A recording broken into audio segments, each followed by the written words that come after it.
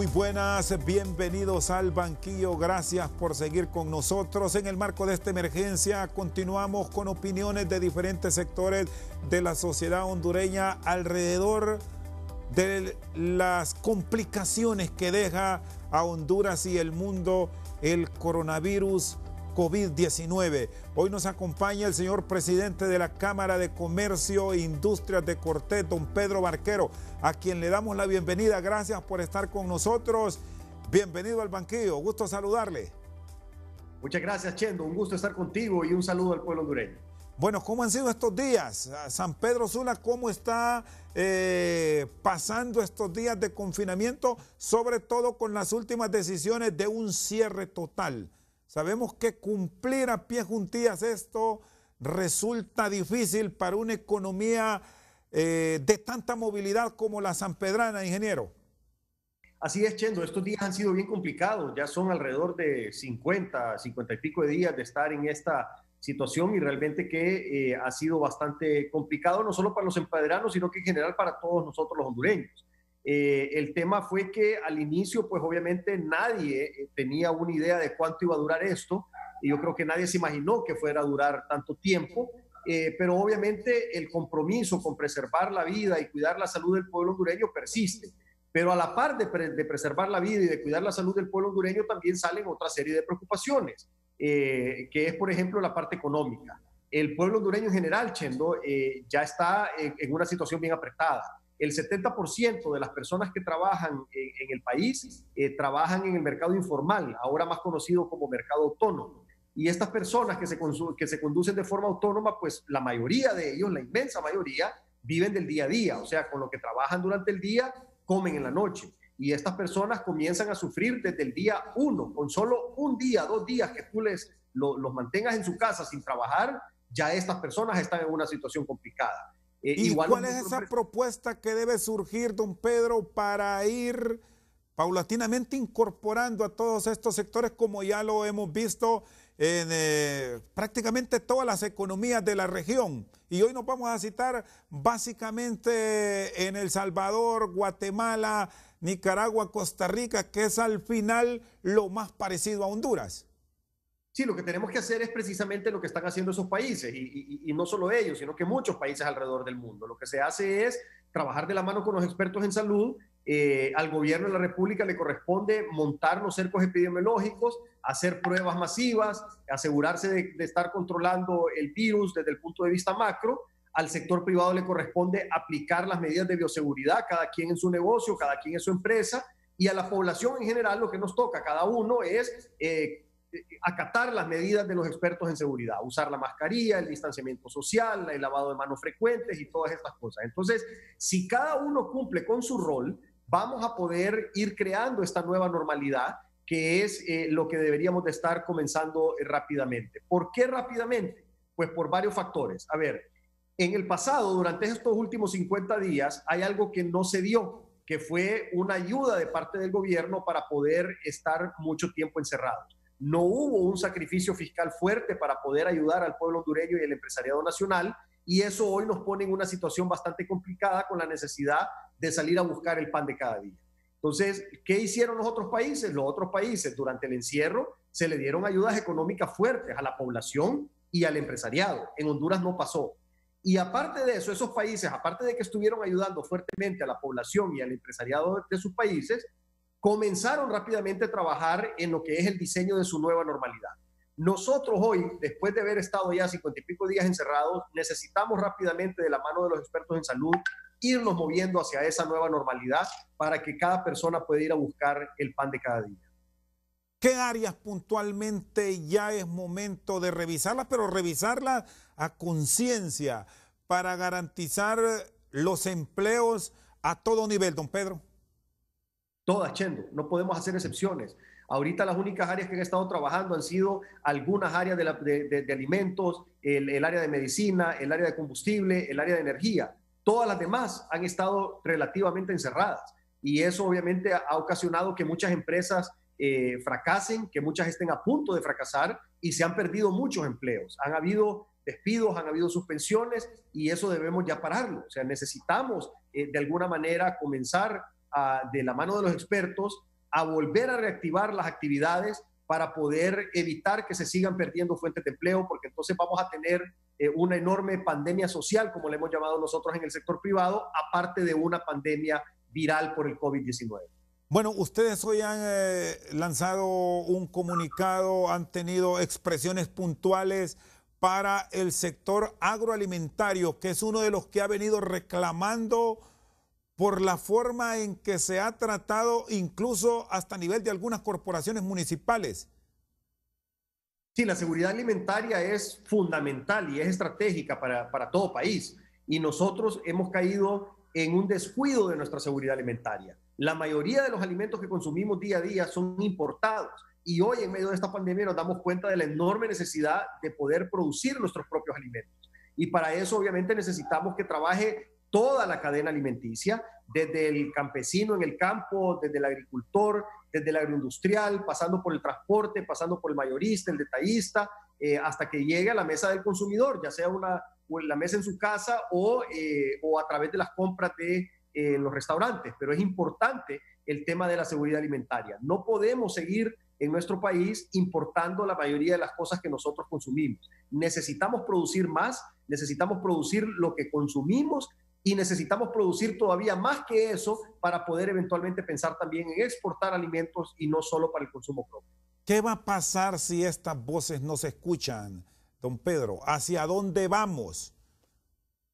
Bueno, la cuestión es sencilla. Nosotros tenemos dos caminos. O el camino de ir construyendo un país con un verdadero desarrollo económico y social, o el camino de seguir retrocediendo como hemos estado los últimos años. Y definitivamente nosotros esperamos que todos los hondureños tomemos conciencia que el camino que tenemos que tomar es un verdadero camino de desarrollo económico y social. Y eso lleva de la mano muchas cosas. Lleva de la mano, por ejemplo, lo que es la reestructuración del presupuesto general de la República para asegurarnos que cada lempira sea asignado en lo que realmente el pueblo hondureño lo necesita. En el pasado hemos visto cómo cientos o miles de millones de lempiras se han utilizado para cosas que no son de primera necesidad del pueblo hondureño, o peor aún, que se han perdido en actos de corrupción. Esas dos cosas se tienen que eliminar. No podemos seguir malutilizando el dinero y mucho menos que se pierda en corrupción. Adicionalmente a eso, necesitamos hacer una gran concertación de todos los diferentes sectores para que diseñemos un plan de país que realmente todos nos comprometamos a ejecutar y que lo ejecutemos, para poder de esa manera ir avanzando en lo que es la inversión nacional, atrayendo inversión extranjera para generar las fuentes de empleo que tanto vamos a necesitar después de esta pandemia. Recordemos que la pandemia está afectando a todo el mundo y eso va a provocar diferentes efectos en nuestra economía. Primero, la economía de Estados Unidos está comenzando a retroceder. Estados Unidos tiene estimado que va a perder 47 millones de puestos de trabajo durante la crisis y eso obviamente va a provocar que en ese país se consuman menos productos y servicios. Y dado que la mayoría de nuestras exportaciones van a ese país, nosotros ya estamos sufriendo una baja de nuestras exportaciones. Adicionalmente a eso, muchos de esos 47 millones van a ser nuestros compatriotas que están en Estados Unidos mandando remesas y eso va a provocar una caída en las remesas según los expertos que pudieran dar entre un 20 y 30%. El tercer elemento es el elemento del encierro. Tenemos ya más de 50 días de estar encerrados sin facturar, sin vender, sin tener ingresos y obviamente la combinación de estos tres factores ha sido letal para la economía. Hay muchas empresas que ya fracasaron, hay muchas que están a punto de fracasar y obviamente a la par de eso vienen muchas pérdidas de puestos de trabajo. Necesitamos rápidamente volver a movilizar y a reactivar lo que es el aparato productivo del país para poder darle fuentes de trabajo a las personas y que tengan cómo entonces adquirir sus alimentos y sus necesidades básicas. ¿Cuál es el margen que queda de resistencia, usando esta palabra, para no dejar morir la economía? Ya no hay, Chendo. O sea, era lo que te explicaba. Los países lo que hicieron para poder aguantar el encierro es hacer un enorme sacrificio fiscal y darle un gran beneficio a sus poblaciones y a las empresas de sus países. En Honduras eso no pasó. En Honduras estuvimos la población y las empresas aguantando el encierro solos, prácticamente sin ayuda. Y eso nos tiene en una situación crítica. Lo que te trataba de explicar al inicio es que los informales o los autónomos y los micros comienzan a sufrir desde el día 1 o el día 2. Los pequeños comienzan a sufrir un par de días después, tal vez una semana. Los medianos tal vez aguanten 1 o 2 semanas y los grandes tal vez aguanten 1 o 2 meses. Hoy ya llevamos 2 meses, ya nadie está en una situación agradable. Todos estamos en una situación realmente muy complicada. Muchos no se van a poder levantar. otros estamos buscando a ver cómo nos levantamos al momento de volver a abrir la economía, porque no es solo la crisis que estamos pasando con el encierro, Chendo. Es que cuando volvamos a abrir, vamos a tener una enorme caída en la demanda también. No van a haber el mismo nivel de exportaciones, eso genera menos dinero en la economía, vamos a tener menos remesas, eso genera menos dinero en la economía. El encierro que acaba de pasar nos deja un enorme déficit en nuestros flujos de caja y en nuestros estados financieros, eso también afecta a la economía, y obviamente la enorme cantidad de personas que han quedado sin empleo, que están suspendidas, también va a generar una baja de demanda en los productos y servicios que nosotros los empresarios vendemos en el país. ¿Eso qué quiere decir? Que aún cuando se vuelva a abrir la economía, Chendo, nos la vamos a ver de palitos. No va a ser fácil. Entonces, necesitamos ya, de la mano de los expertos en salud, crear esa nueva normalidad para poder poco a poco y asegurándonos de que de forma segura para nosotros, para nuestros colaboradores y para nuestros clientes, poder ir poco a poco saliendo a volver a ganarnos el pan de cada día. Está con nosotros al banquillo el presidente de la Cámara de Comercio e Industria de Cortés, Pedro Barquero. Vamos a una pausa y ya regresamos. Seguimos al banquillo con el presidente de la Cámara de Comercio e Industria de Cortés. Don Pedro Barquero, ¿han sido los empresarios unidos en esta causa o siente que hay islas en los planteamientos que tiene el sector inversionista del país durante la crisis? No, sí hemos estado unidos, Chendo. Definitivamente hemos estado trabajando de la mano todas las diferentes organizaciones empresariales y hemos logrado ir construyendo consensos en lo que hemos estado haciendo. Obviamente siempre hay diferencias de criterio, eso es normal, eso pasa en toda organización humana, pero al final de cuentas pues hemos logrado alcanzar consensos y hemos logrado avanzar en cuanto a las propuestas que hemos hecho al gobierno de la República. Hemos podido construir muchas diferentes propuestas que han sido entregadas en su momento a las autoridades del país. ¿En qué se ha fallado? ¿Qué siente usted que no han tenido cohesión para lograr objetivos del sector que genere empleo en el país? Yo creo que no es que hemos fallado por falta de cohesión. La cohesión la hemos tenido, hemos trabajado juntos, nos hemos coordinado muy bien. El problema ha sido tal vez que no hemos sido escuchados por parte de las autoridades y ellos han decidido no implementar muchas de las medidas que nosotros hemos propuesto, pero eso definitivamente no es por falta de cohesión o por falta de coordinación entre nosotros, sino más una cuestión de voluntad de las autoridades del gobierno de la República en cuanto a tomar o no tomar en cuenta las recomendaciones del sector privado. Por ejemplo, las posiciones que ha tenido la Junta Directiva Central de la empresa privada en la capital hondureña y en la misma Cámara de Comercio e Industrias de Tegucigalpa, ¿es igual al pensamiento que tiene la Cámara de Comercio e Industrias de Cortés? Mira, en lo principal y en lo fundamental todos coincidimos. Obviamente hay detalles en los que diferimos. Lo mismo que pasa en cualquier organización, lo mismo que pasa inclusive en la familia. Pues uno cuando quiere ir el fin de semana antes, cuando podíamos salir a comer, unos querían pizza, los otros pupusas, los otros hamburguesas y al final de cuentas pues se tiene que llegar a un consenso. Y cada quien pues tiene sus gustos y sus preferencias, pero los principios son los mismos, los principios y los valores son los mismos. Tal vez la diferencia es a veces la forma de mandar los mensajes, el lenguaje a utilizar y la contundencia de los mismos, pero los principios los compartimos todos en el sector privado. Todos estamos, por ejemplo, comprometidos con el desarrollo económico y social de Honduras, todos estamos comprometidos con la lucha anticorrupción y todos estamos comprometidos también con asegurarnos de que hayan condiciones adecuadas para poder operar dentro de un marco de libre empresa que lamentablemente todavía no lo tenemos en el país. ¿Cuáles son los puntos que desde la óptica de la Cámara de Comercio e Industrias de Cortés deben ser considerados o por lo menos se deben estudiar a nivel de los que toman decisiones en nuestro país para reactivar nuestra economía, para no dejarnos morir en términos de inversión? Bueno, lo primero es obviamente escuchar a los expertos de cada área. Ahorita, por ejemplo, lo que estamos haciendo nosotros como sector privado es sentándonos con los expertos del sector privado junto con los expertos de salud a poder diseñar un plan para lo que es el diseño de la nueva normalidad de nuestro país. Pero eso es importante también que se haga desde el gobierno de la República, que se escuchen a los expertos de cada una de las áreas para asegurarse de tomar las mejores decisiones. Nadie, Chendo, sabe de todo. Todos tenemos conocimientos en algunas áreas y desconocemos otras áreas. Y digamos, en las empresas uno lo que hace es que reparte las responsabilidades. Las cuestiones de contabilidad las hacen los contadores, las de producción las hacen los ingenieros, las de venta y mercadeo las hacen los mercadólogos. Y así, uno contrata expertos en cada área para que cada uno de ellos haga su trabajo y su función. Lo mismo en el país. En una economía tenemos que tener expertos de diferentes temas para que entre la suma de la experiencia y el conocimiento de cada experto se puedan tomar las decisiones correctas. Entonces, ahorita es necesario tomar en consideración las voces de los médicos, de los expertos en salud y también del sector empresarial como experto en economía y en cuestiones de temas empresariales para poder tomar las mejores decisiones y regresar a poder diseñar nuestra nueva normalidad y que todos nos podamos ganar nuestro pan día a día. ¿Cuál es el área que se debe fortalecer? Más que un área, yo creo que es una cuestión de actitud en cuanto a la ejecución. Necesitamos un mayor dinamismo a la hora de ejecutar, porque muchas veces con las autoridades nos sentamos, a veces se llegan a acuerdos, a veces no, pero cuando se llegan a los acuerdos, a veces la ejecución falla o a veces la ejecución toma tiempo. Ahí yo creo que hay una enorme oportunidad de parte de los diferentes funcionarios públicos de mejorar en cuanto a lo que es la ejecución de las cosas que se han diseñado, de las cosas que se han planeado, de las cosas que se han consensuado, o aunque no se hayan consensuado, pues de los planes que ellos mismos tienen, es importante que se tenga una buena ejecución.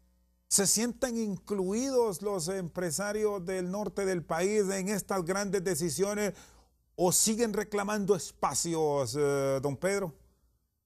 Bueno, en realidad todo el sector empresarial sigue reclamando espacios en cuanto a la toma de decisión, porque una cuestión, Chendo, es que te escuchen, una cuestión es que te reciban, una cuestión es que se reúnan contigo y otra cuestión es que tus recomendaciones, y me refiero como sector privado, sean tomadas en cuenta en el proceso del diseño de políticas públicas. Y es ahí donde no estamos concretando, porque sí hay reuniones, sí hay pláticas, sí hay diferentes cosas, pero a la hora del diseño de las políticas públicas no se están tomando en cuenta la mayoría de las recomendaciones del sector privado y eso es lamentable porque al final de cuentas nosotros estamos trabajando en función del bien común, en función de lo que necesita el país. No estamos trabajando por intereses particulares, lo que queremos es que el país funcione, porque en la medida que el país funcione mejor, pues obviamente también nuestras empresas van a crecer y le vamos a dar una mejor calidad de vida a todos nuestros conciudadanos y a las futuras generaciones. ¿Cuáles de las recomendaciones que ustedes han hecho consideran que deben tomarlas en cuenta, que deben ser analizadas, estudiadas para mejorar la situación del país durante esta crisis? Bueno, todavía, digamos, hay mucha necesidad en el pueblo hondureño y todavía se puede considerar, por ejemplo, lo que hicieron otros países como El Salvador, Panamá, Estados Unidos, que es literalmente darle dinero a la gente. O sea, en El Salvador creo que eran $300, en Panamá no recuerdo si eran 200 o $300, en Estados Unidos se le daban hasta $1,000 a las familias, obviamente cada país da de acuerdo a sus posibilidades, pero que ahorita le podamos meter dinero en la bolsa a la gente va a ser necesario para poder comenzar a reactivar la economía en el momento que se pueda. De esta manera vamos a poder, primero que nada, ayudarles para que cubran por lo menos una parte de sus necesidades y cuando ya se puedan movilizar con un poquito más de libertad, que tengan las personas con qué consumir, sobre todo las personas que están sin empleo o que están sin posibilidades de generar ingresos. ¿La bolsa solidaria o el saco solidario funcionó desde su punto de vista o debió irse por otro tipo de rutas? Bueno, nosotros consideramos que es mejor la vía de darle el dinero a la gente, para que la gente pueda consumir lo que ellos consideren necesario, pero limitarlo a alimentos. O sea, se tiene que diseñar, y hay en otros países estos mecanismos, que se le da dinero a la gente, pero para consumir alimentos. Se le puede dar una tarjeta, como una tarjeta de débito, cargada con un monto X, y eso puede ser utilizado en pulperías, en mercaditos, en mercados, en supermercados, etcétera, para alimentos, porque tampoco le queremos dar dinero a la gente para que lo bote, no, es para que la gente pueda comprar alimentos y las cosas de las necesidades básicas.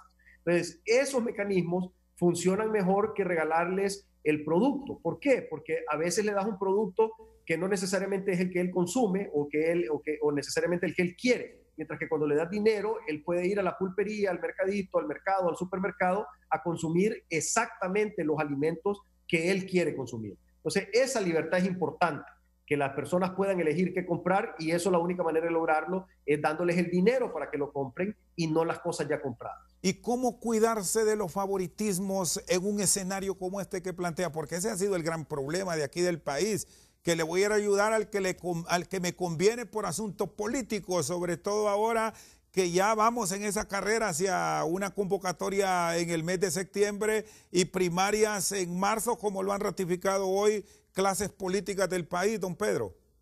A ver, es más fácil controlarlo, porque por ejemplo, ahora ya tenés monederos electrónicos que los usas a través de tu teléfono celular. Entonces, es más fácil garantizar la transparencia a través de un medio electrónico de distribución masiva que a través de un medio físico de distribución de bolsas de alimentos que es bien difícil monitorear.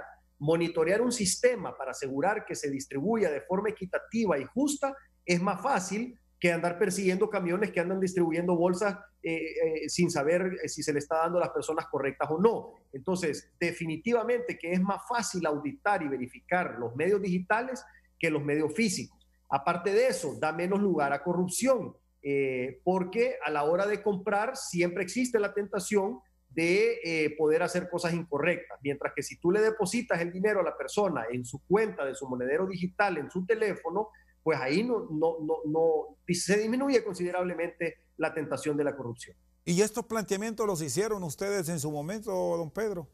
Por supuesto, claro, esto y muchísimos más. En su momento. ¿Y por qué advierte usted que no se les escuchó?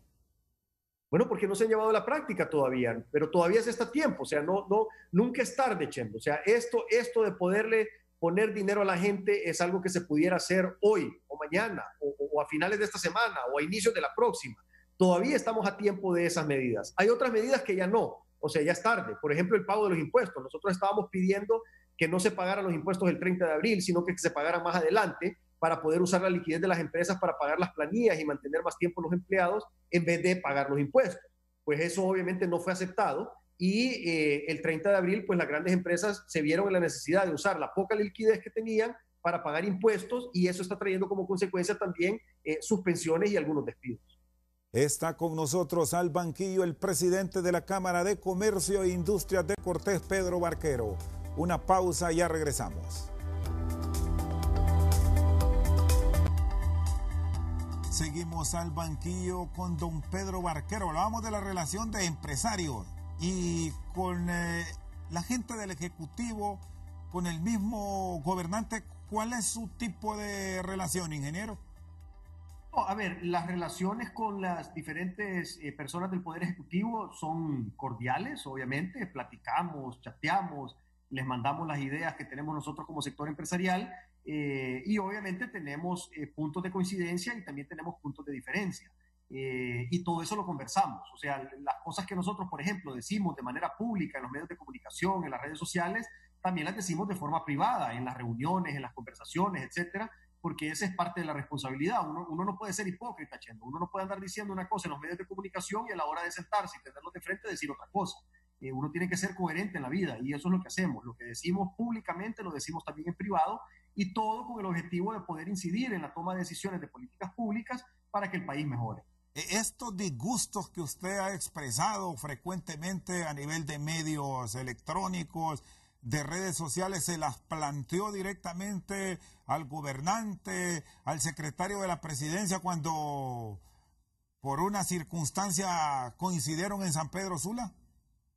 Sí, claro, y no solo en esa reunión, han habido otras reuniones también, han habido videoconferencias con varios empresarios colegas y con las autoridades del gobierno de la República, y ahí hemos platicado todos estos temas. Hemos hablado del tema de la transparencia, hemos hablado del tema de que se tiene que eliminar todas esas dudas y esas malas prácticas también alrededor de los temas de corrupción. Hemos platicado también todos los temas, cómo desarrollar el país económica y socialmente, las ideas de cómo poder llegar a la población con las ayudas, las ideas de cómo ayudar a las empresas para poder sobrevivir y luego tratar de salir adelante después de la crisis. O sea, no se ha guardado nada en secreto. O sea, todo lo que se ha dicho en público se ha dicho en privado y todo lo que se ha dicho en privado se ha dicho en público. O sea, ha sido completamente transparente la relación y el tema de comunicación de los diferentes temas que hemos estado tratando. ¿Percibe que ha generado roncha, como decimos popularmente, sus expresiones, sus comentarios?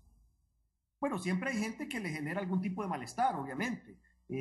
Nosotros hemos sido en la Cámara de Comercio e Industrias de Cortés bastante directos en los temas. Nosotros no somos políticos y no tenemos la necesidad de actuar de forma política. Nosotros somos del sector empresarial y hablamos como empresarios, hablamos de forma directa, clara y contundente, no tenemos por qué andarnos por las ramas.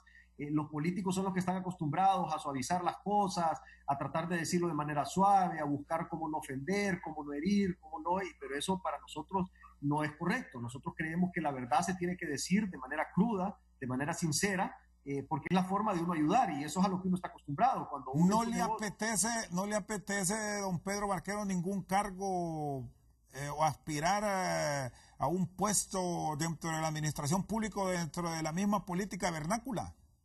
No, la verdad es que yo lo que creo es que se puede incidir bastante desde la sociedad civil y en las organizaciones gremiales uno hace muchas cosas por su sector. No necesariamente relacionadas con el gobierno, sino que cosas internas de las cámaras de comercio, uno ayuda mucho. Por ejemplo, el trabajo que hemos estado haciendo con el proyecto del Bazar del Sábado para ayudar a los micros, pequeños y medianos emprendedores ha sido un trabajo que nos ha dado muchos frutos y hemos podido apoyar a mucha gente. Entonces, no es la única vía de ayudar al país a través de la política. También se puede hacer desde la sociedad civil, también se puede hacer desde las organizaciones gremiales empresariales. ¿Le generó mucha polémica a nivel de los empresarios su versión de retirarse de las mesas técnicas donde se revisaban las veedurías dentro del Poder Ejecutivo, don Pedro? No, todo lo contrario, hubo mucha solidaridad, hubieron muchas expresiones positivas. Obviamente, nosotros en el sector empresarial tenemos una muy buena relación. Somos amigos, aparte de que somos colegas, somos amigos, todos los líderes de las diferentes organizaciones empresariales y cada quien respeta la decisión de cada organización. Recordemos que nosotros estamos, digamos que todos aglutinados en el COEP, pero somos 70 y pico de organizaciones las que estamos ahí y cada organización tiene su propia junta directiva y cada quien toma sus propias decisiones de forma autónoma y luego se trata de consensuar todo en el seno del COEP, pero al final de cuentas todos respetamos las decisiones autónomas de cada organización y obviamente el tema de corrupción es un tema que a todos nos interesa. Y como te digo, las reacciones fueron muy positivas y muchos comentarios positivos y de apoyo. ¿Y cómo generar confianza ahora mismo con todos los procesos de adquisición que se han realizado y que organismos como el CNA los han señalado? ¿Cómo encontrar por parte de todos los sectores de la sociedad creencia en lo que se está haciendo? Eso es importante. Mira, la credibilidad y la confianza son sumamente importantes y eso se tiene que construir y eso toma tiempo, eso no se construye de un momento para otro y es bien delicado porque se quiebra bien fácil. Ahorita, por ejemplo, con toda esa información que comenzó a salir públicamente, se quebró, digamos que un nivel de confianza que se había dado al inicio de esta crisis y eso es necesario que se trabaje para restaurarlo. ¿Cómo se trabaja para restaurarlo? Primero, se tienen que hacer auditorías forenses de lo que sucedió de aquí para atrás. Se tienen que deducir responsabilidades. Se tiene que actuar de manera contundente y se tienen que sentar precedentes y dar ejemplos que sirvan de escarnio para que nadie más vuelva a hacer ese tipo de cosas. Y de aquí en adelante se tienen que incluir a las instituciones que son especialistas en los temas anticorrupción para que nos ayuden a diseñar los controles para que estas cosas no vuelvan a suceder. Entonces, si logramos trabajar eso, o mejor dicho, si el gobierno de la República logra trabajar bien eso, las auditorías de aquí para atrás para deducir responsabilidades y los controles con las instituciones que tienen credibilidad de aquí para adelante, la confianza yo creo que pudiera retornar nuevamente. ¿Cuál debe ser el rol de la Fiscalía que ha reclamado un sector de la sociedad civil que les permitan investigar, que les permitan entrar en estos procesos que usted recomienda de auditorías forenses? Sí, la Fiscalía tiene que jugar un papel fundamental, es el protagonista porque ellos tienen el monopolio de la acción penal. Entonces es necesario que la Fiscalía proceda a hacer las investigaciones y también es necesario que desde el Congreso de la República se cambien ese montón de leyes y decretos que estuvieron pasando en los meses anteriores que han servido de un manto de impunidad y de protección para actos de corrupción. Porque, por ejemplo, el Ministerio Público ahora, para poder ejercer la acción penal, tiene que esperar un dictamen del Tribunal Superior de Cuentas. Eso es incorrecto. Eso se debe de eliminar. El Ministerio Público no debería de tener freno de ningún tipo. Ellos deberían de poder actuar en cualquier momento, bajo cualquier circunstancia, y ejercer la acción penal en los tribunales de justicia para poder asegurar de adecentar el diario vivir del pueblo hondureño. ¿Siente que el Tribunal Superior de Cuentas no está cumpliendo? A ver, son dos cosas ahí. Número uno, no hemos visto contundencia en las acciones del Tribunal Superior de Cuentas. Uno tiene que juzgar las cosas por los resultados, y los resultados pues realmente no se han visto.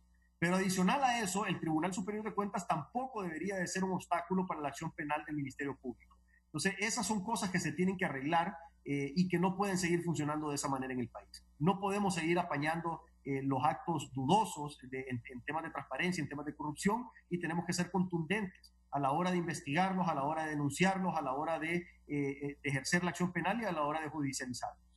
Es decir, aquí la apuesta es por una reforma durante esta crisis del Congreso Nacional o un pronunciamiento del Poder Judicial para abrir el espacio al ente fiscalizador.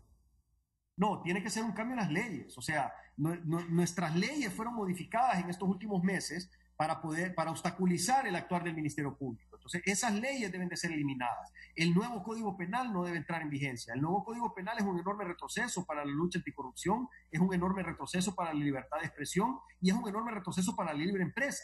Entonces, tenemos que evitar que entre en vigencia el Código Penal y tenemos que eliminar todos esos decretos y esas leyes que pasaron en los últimos meses, que lo único que sirven es para obstaculizar las acciones anticorrupción. Sí, estamos hoy a 5 de mayo. El domingo entra en vigencia. La posición que manejan ustedes como Cámara de Comercio e Industria de Cortés o como Pedro Barquero es para que se revise y se amplíe esta vacación de la ley. No, a ver, la posición, primero que nada, la posición es institucional. Es de la empresa privada. Sí, es de la Cámara de Comercio e Industria de Cortés. Y ahí lo que nosotros estamos solicitando es que el Código Penal no entre en vigencia nunca y que nos pongamos a trabajar en un nuevo Código Penal, porque sí necesitamos un nuevo Código Penal, pero no este. Entonces, que trabajemos en la elaboración de un nuevo Código Penal que responda a las verdaderas necesidades del pueblo hondureño. Está con nosotros al banquillo el presidente de la Cámara de Comercio e Industrias de Cortés, Pedro Barquero. Una pausa y ya regresamos. Seguimos al banquillo con don Pedro Barquero, presidente de la Cámara de Comercio e Industrias de Cortés, en aras de transparentar todos estos procesos, de ser parte de las investigaciones, de la veeduría que se plantea. Si le llaman, ¿están dispuestos a ir como Cámara de Comercio, don Pedro? Bueno, si vamos de la mano con los expertos, sí, porque nosotros no somos expertos en temas anticorrupción. Nosotros somos una organización empresarial que manejamos experiencia más en cuestiones empresariales, en cuestiones económicas, en cuestiones financieras, en ese tipo de temas. Ahora, si la invitación viene junto con la entrada del CNA y el FOSDE, ahí nosotros con gusto pudiéramos participar, porque estas dos instituciones sí tienen mucho conocimiento de los temas anticorrupción, y de esa manera pues iríamos nosotros en acompañamiento a ellos. ¿Qué piensa del papel del Foro Nacional de Convergencia, de organizaciones de la sociedad civil como ASJ, iglesias que han estado en este proceso? Bueno, cada uno tiene una función diferente. El Foro Nacional de Convergencia tiene una misión específica y ahorita está, digamos, como renaciendo. Y todavía no tiene como nueva institución, digamos, que está renaciendo mucha experiencia en algunos temas. Entonces, tienen que fortalecerse, tienen que desarrollar esas habilidades y obviamente, pues, es importante que todas las diferentes organizaciones de sociedad civil se fortalezcan y que cumplan cada quien con su función. Lo que sí nosotros sentimos es que es importante que se tomen en cuenta a las organizaciones que tienen la experiencia y el conocimiento sólido de materia anticorrupción, como lo es el CNA, para que, cumpliendo con la función que fue creado el CNA, puedan colaborar en esta materia. ¿Siente que hay animadversión hacia estos sectores? Bueno, obviamente que lo hay. El tema de corrupción es un tema bien sensitivo.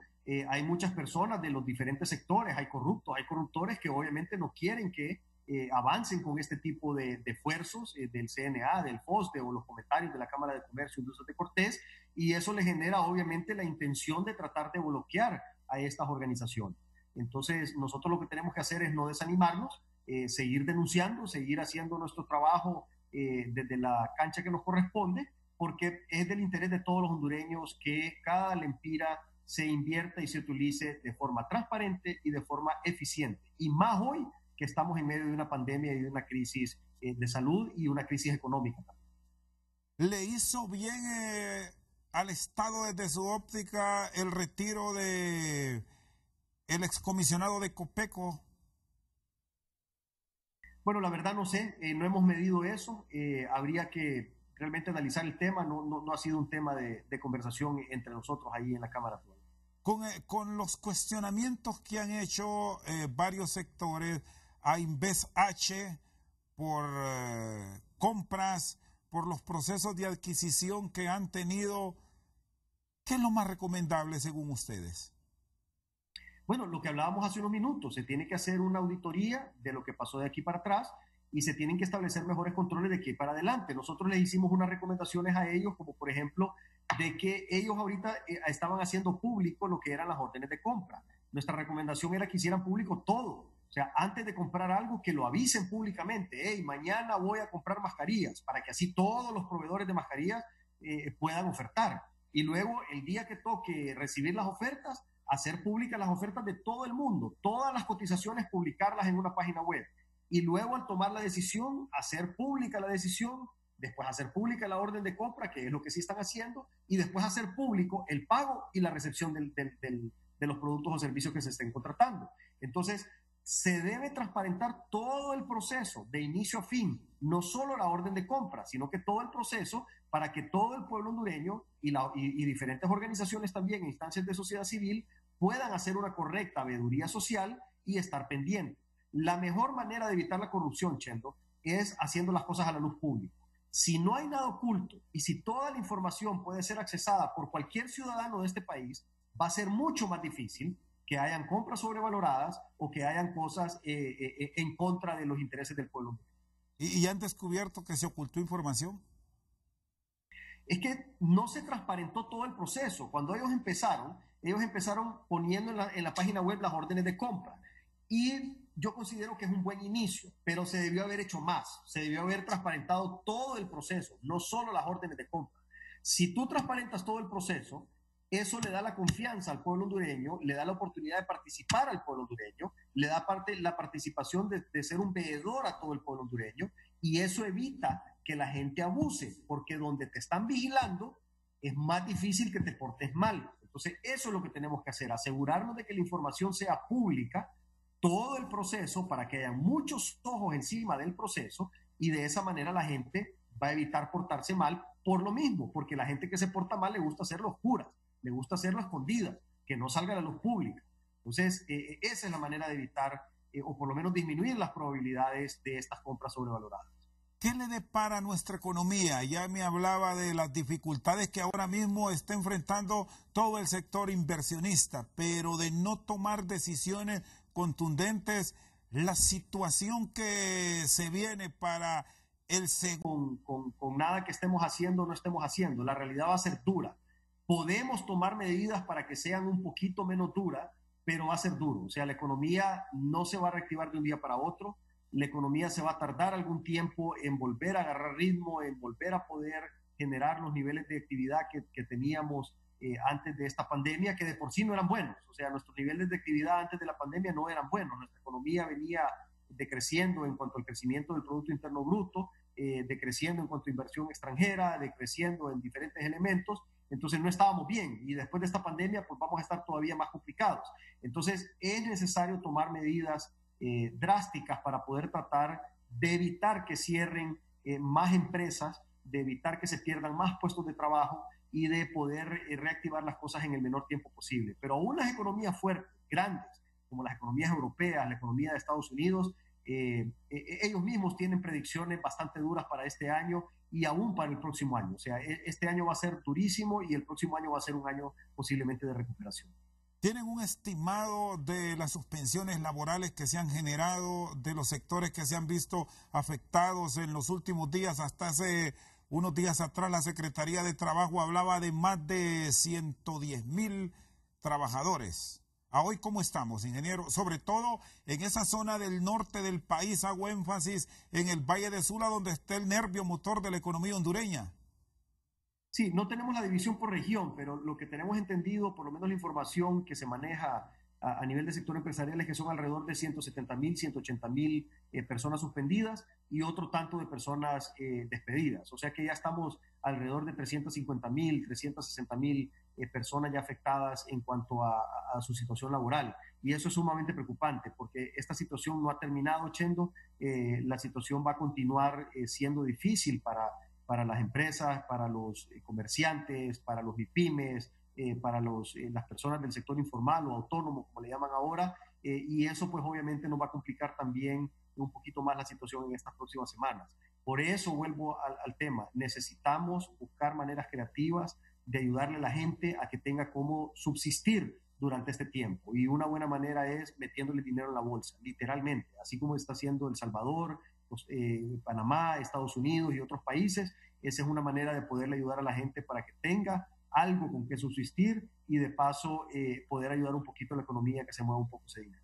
Y estos programas que se han anunciado como medidas de emergencia para el sector empresarial, para el sector agrícola, ¿están llegando? ¿Se han cerciorado ustedes que efectivamente se puede tener acceso a las mismas? Todavía es muy temprano, Chendo. Recordemos que ahorita la actividad y el movimiento están todavía sumamente restringidos. Es difícil moverse, es difícil poder ahorita ir a tratar de ver si estas opciones están disponibles de forma inmediata.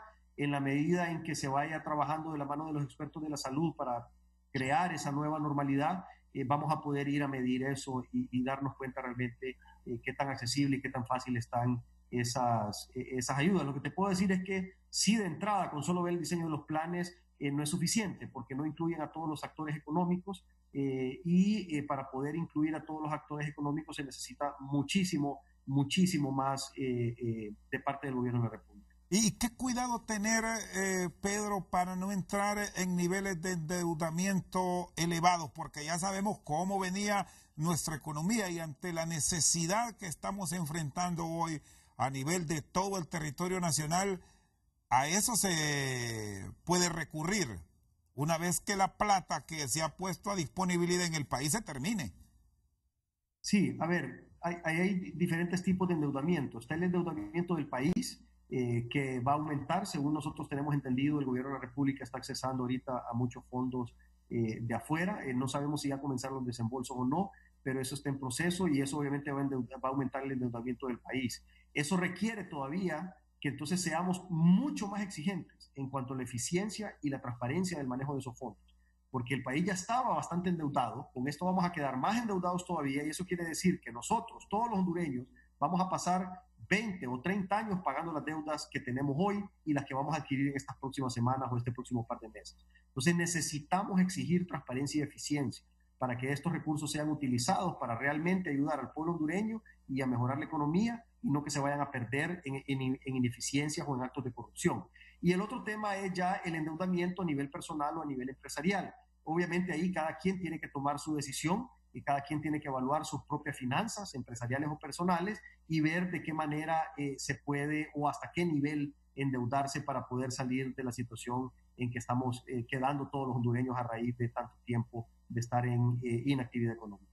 ¿Y qué cuidado tener, sobre todo cuando vemos estos niveles de endeudamiento con empresas de servicio público? Se me viene ahora mismo a la mente la NE, que si bien estamos enfrentando estas dificultades por el COVID, ahí a la vuelta de la esquina vamos a tener enormes dificultades a futuro por la forma en que se ha manejado una institución que opera totalmente en rojo. Sí, ahí obviamente, y lo que hay que hacer en el ENE, Chendo, todo el mundo lo sabe. O sea, eso tenemos años de saberlo. O sea, la respuesta está en la misma ley que entró en vigencia hace más de 5 años y que no se ha llevado a la práctica. O sea, si se hubiera llevado a la práctica la ley desde que entró en vigencia hace más de 5 años, ahorita estuviéramos en otra situación completamente diferente.